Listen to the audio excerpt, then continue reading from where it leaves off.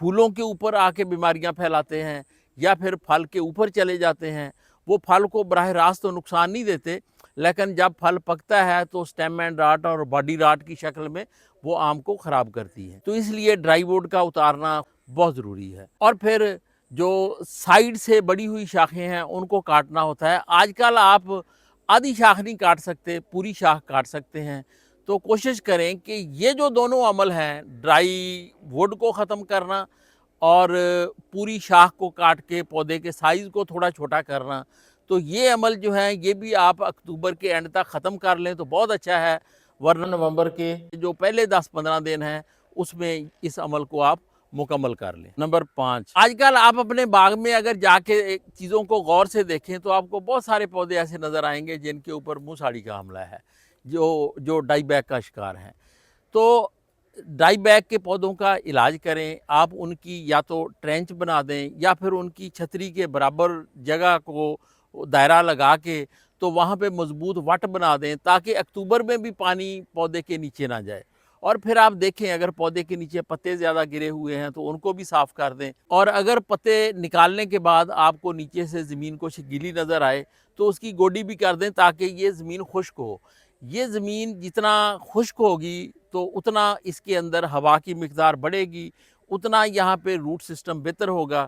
جو آپ نے ٹرینچز بنانی ہے وہ بھی آپ نے خیال رکھنا ہے کہ فروری سے پہلے آپ نے ان ٹرینچز کے اندر پانی نہیں لے کے آنا۔ عام طور پر یہ جنوری فروری تک جتنے بھی ڈائی بیک سے متاثرہ پودے ہوتے ہیں وہ اس عمل سے گزرنے کے بعد ٹھیک ہو جاتے ہیں۔ آپ اپنے باغ میں ایک راؤنڈ ضرور لگائیں اور یہ دیکھیں کہ جو پودے کی آخری نکلی ہوئی منزل ہے، جو آخری شاخیں اس کے اوپر نکلی ہیں، اس کی رنگت کیسی ہے۔ اگر تو اس کی رنگت گرین ہے تو بہترین ہے، وہ انشاءاللہ پھولوں کی تیاری کریں گی اور پھول بھی لیں گی، پھل بھی لیں گی۔ لیکن اگر وہ رنگت میں پیلی ہیں، ان کا رنگت جو ہے وہ 15 سے 20% آپ کے پودے ایسے ہیں جن کے اوپر جو رنگت ہے اس کی وہ پیلی ہے، تو پھر آپ اکتوبر کے اندر آبپاشی ہرگز نہ کریں۔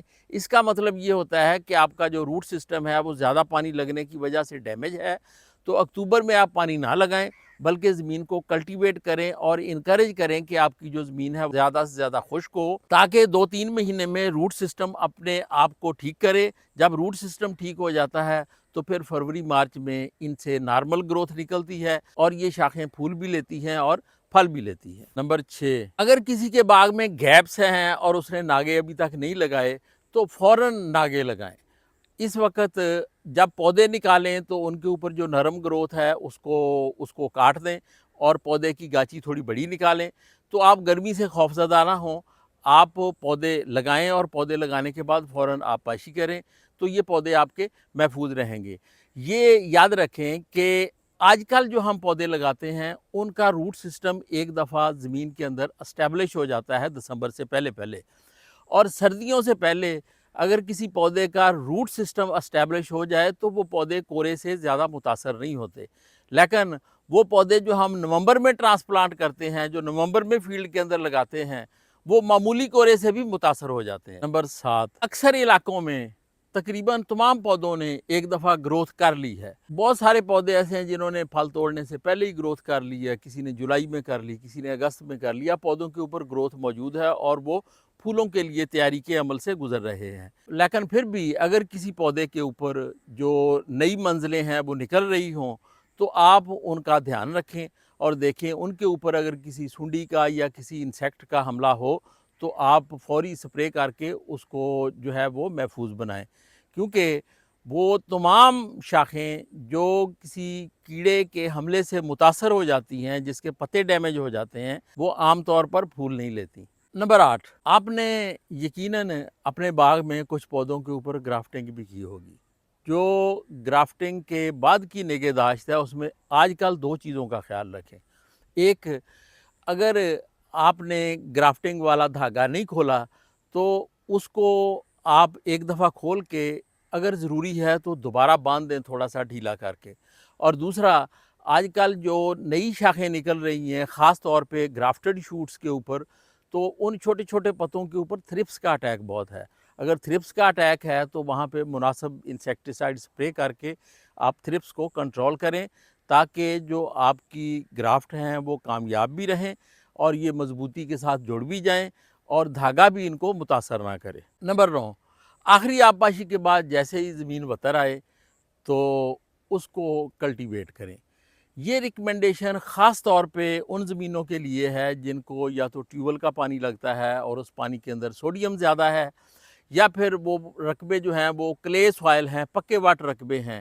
ایسی جتنی بھی زمینیں ہیں ان کے لیے ریکمنڈیشن ہے کہ جیسے ہی زمین وتر آئے آپ اس کو کلٹیویٹ کریں اور زمین کو اچھی طرح تیار کریں۔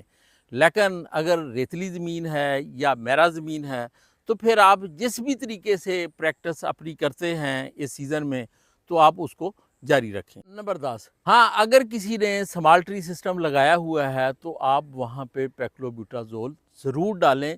سمال ٹری سسٹم میں اس کے بغیر فلاورنگ کی توقع نہیں کی جا سکتی۔ ہاں اگر آپ نے میڈیم ڈینسٹی پلانٹیشن کی ہوئی ہے کہ آپ کی فی ایکڑ پودوں کی تعداد 70 سے زیادہ ہے، تو جب اتنی پودوں کی تعداد ہوتی ہے تو اس میں بھی پودے کا جو سائز ہے وہ ہمیشہ چھوٹا رکھا جاتا ہے، اور چھوٹے سائز کا پودا جو ہے وہ زیادہ سے زیادہ گرو کرتا ہے اور پھول کم لیتا ہے۔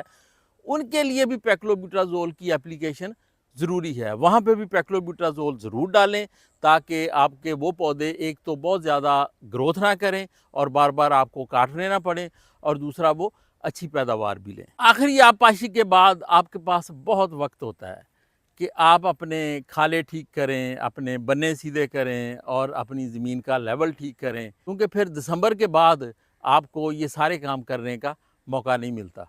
شکریہ۔